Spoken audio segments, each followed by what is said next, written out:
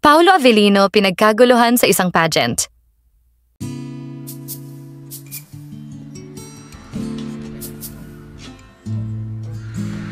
Kahit na pang mangyari.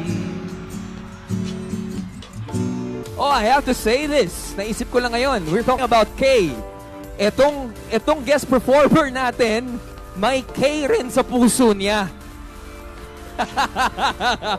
All eyes were on Paolo Avellino nang mag-guest siya sa isang local pageant at hindi talaga napigilan ng audience ang kilig sa kanyang presensya.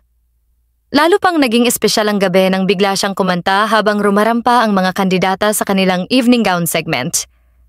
Isa sa mga contestant ang talagang hindi maitago ang kanyang kilig nang lapitan siya ni Paolo at personal na hinaharana habang rumarampa.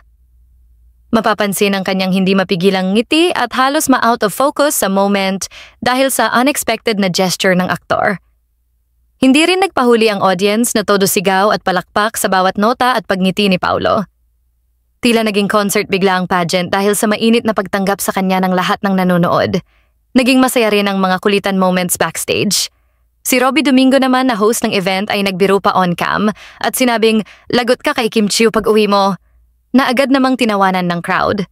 Ang birong ito ay nagbigay dagdag kilig lalo na sa mga fans ni na Paolo at Kim na kilalang malapit sa isa't isa. Bukod sa kanyang husay sa pag-arte, muling pinatunayan ni Paolo na kaya rin niyang magbigay ng kilig at aliw sa live audience.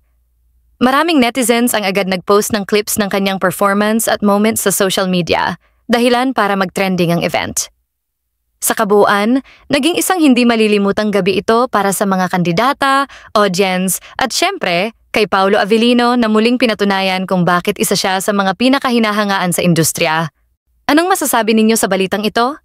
Magkomento sa ibaba at huwag kalimutang mag-subscribe for more videos. Maraming salamat sa panonood!